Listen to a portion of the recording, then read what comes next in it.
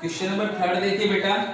Question number third में आपसे कहता है कि an की जो वैल्यू है वो आपसे दे रखी है tan n प्लस 5।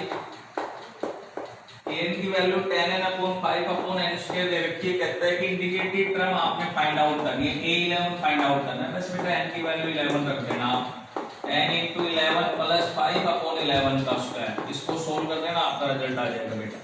नेक्स्ट है an is equal to n square upon 2 की पावर n और a5 आपको फाइंड आउट करना है। इसका मतलब n की वैल्यू 5 रख देंगे यहाँ, तो ये आएगा 5 का स्क्वायर अपॉन 2 की पावर 5।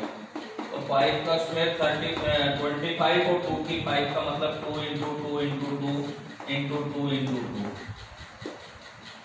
तो क्या आएगा आपका रिजल्ट 25 अपॉन 32, ये आपका आंसर आ जाएगा। नेक्स्ट क्वेश्चन नंबर 4 कहता है बेटा an की वैल्यू n-1 into n-2 है। an की वैल्यू n-1 into n-2 है बेटा। कहता है इसकी पहली दो टर्म्स को आपने जीरो प्रूव करना है। तो पहली दो टर्म, इसका मतलब a1 n को 1 रख दो तो 1-1 into 1-2। तो ये टर्म जीरो हो गई बेटा, 0 into -1 आपका रिजल्ट आएगा 0।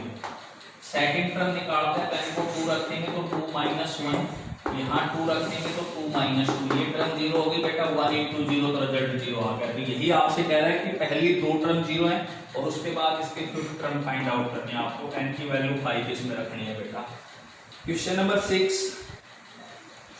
क्वेश्चन नंबर 5 में क्या कहता है बेटा आपसे, ये कहता है कि an denote the general term, right the next 5 term of the sequence. इसके अगली 5 टर्म बतानी है। a1 2 है बेटा, यदि a1 की वैल्यू 2 हो, an is equal to an-1 और plus 4, n greater than equal to 2 use कीजिए आप। तो इसका मतलब ये है कि यहाँ a1 तो दे रखा है, इससे अगली 4 टर्म आपने निकालनी है, a2 a3 a4 और a5, ये निकालनी है बेटा। तो आप कहते हैं यहाँ n की वैल्यू 2 और 2 से बड़ी रखनी है, तो सबसे पहले 2 रखते हैं। तो a2 is equal to a2-1 plus 4, तो ये आपका a1 प्लस 4 आएगा बेटा। और a1 की वैल्यू दे रखी है 2, तो 2 प्लस 4 आपका आ गया बेटा 6 आ गया। अब n को यहाँ आपने 3 रखा, तो a3 is equal to a3-1 plus 4, तो a2 प्लस 4 आ गया। और a2 की वैल्यू 6 थी, तो 6 प्लस 4 ये आपका 10 आ जाएगा बेटा। इसी तरह से a4 निकालोगे तो a3 बचेगा, ये 4-1 और प्लस 4, तो ये आएगा a3 प्लस 4। तो a3 की वैल्यू 10 थी, 10 प्लस 4 आपका आ जाएगा 14। इस प्रकार से बेटा आपने इनकी वैल्यू फाइंड आउट करनी है क्वेश्चन नंबर 5 के अंदर, ठीक है। क्वेश्चन नंबर 6 आपका कहता है बेटा ये कि summation n is equal to 1 से 10-1 की पावर n को सोल्व करके दिखाओ। इसका मतलब आप n की वैल्यू 1 से 10 तक पुट करते जाइए और समेशन का मतलब सबका सम कर दीजिए। तो -1 की 1, -1 की 2, -1 की 3, -1 की 4 और एंड सो ऑन -1 की पावर 10। 1 से लेकर के n की वैल्यू 10 तक पुट कर दी। समेशन का मतलब होता है बेटा सभी का सम, सबका सम कर दो।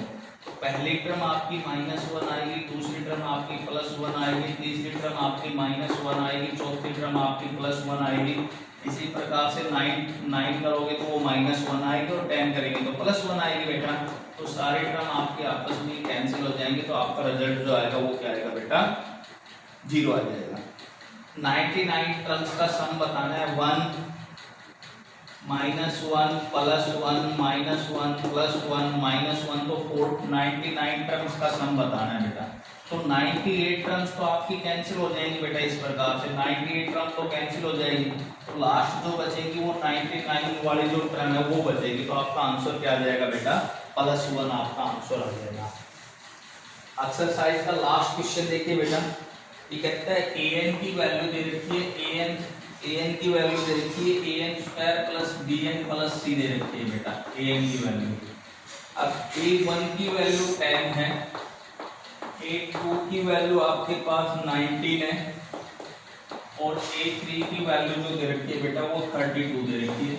abc की वैल्यू आपको फाइंड आउट करनी है। तो n को आप 1 पुट करो तो a1 आएगा, n को 1 रखेंगे तो a into 1 का स्क्वायर प्लस b into 1 और प्लस c। तो ये आपका आएगा a1 10 था, तो 10 is equal to a plus B plus C equation number first बेटा। अब n को 2 पुट कर दो यहाँ, तो n को 2 पुट करेंगे a इंटू 2 का स्क्वायर प्लस n को 2 पुट कर दिया और प्लस c। 8 की वैल्यू 19 थी is equal to 4a plus 2b plus c equation number second. अब n को आप इस इक्वेशन के अंदर, इक्वेशन स्टार के अंदर n की वैल्यू 3 रखोगे बेटा, तो a3 is equal to a into 3 का स्क्वायर प्लस b इंटू 3 और प्लस c। a3 की वैल्यू 32 है is equal to 9a plus 3b और plus c equation number third बेटा। अब कहते हैं a b c की वैल्यू आपने फाइंड आउट करनी है, तो आप क्या करो बेटा, एक बार थर्ड में से सेकंड घटा दो, एक बार आप सेकंड में से फर्स्ट घटा दो बेटा। तो थर्ड थी आपके पास 9a plus 3b plus c is equal to 32 और सेकंड थी 4a plus 2b plus c is equal to 90। Second थी 4a plus 2b plus c is equal to 90 और फर्स्ट है आपकी a plus b plus c is equal to 10। दोनों को minus कर दो बेटा, c कैंसिल हो गया, 3a प्लस b की वैल्यू 9 आ गई, यहाँ माइनस करते हैं तो माइनस माइनस माइनस ये कैंसिल हो गया, 5a प्लस b की वैल्यू आपकी बचेगी बेटा 13 इक्वेशन नंबर 4 और ये आपकी आ गई इक्वेशन नंबर 5। अब 4 और में से 5 को माइनस कर दो आप, तो ये थी आपके पास 5a plus b is equal to 13 और ये है आपके पास 3a plus b is equal to 19। तो ये आपके पास 2a इज इक्वल टू 4 बचेगा, तो a की वैल्यू 2 आएगी बेटा। ठीक है, अब a को यहाँ 2 रख दो, जब a को 2 रखेंगे तो 10 plus b is equal to 13, तो b आपके पास 3 बचेगा। तो रिजल्ट आ गया a is equal to 2, b is equal to 3। अब a और b की वैल्यू इक्वेशन फर्स्ट में रख दो बेटा, a को 2 b को 3, तो 10 इज इक्वल टू a की वैल्यू 2 प्लस b की वैल्यू 3 प्लस c। तो यहाँ से c आपका कितना आ जाएगा बेटा, 5 आ जाएगा। ये आपकी एक्सरसाइज 9.1 कंप्लीट होती है।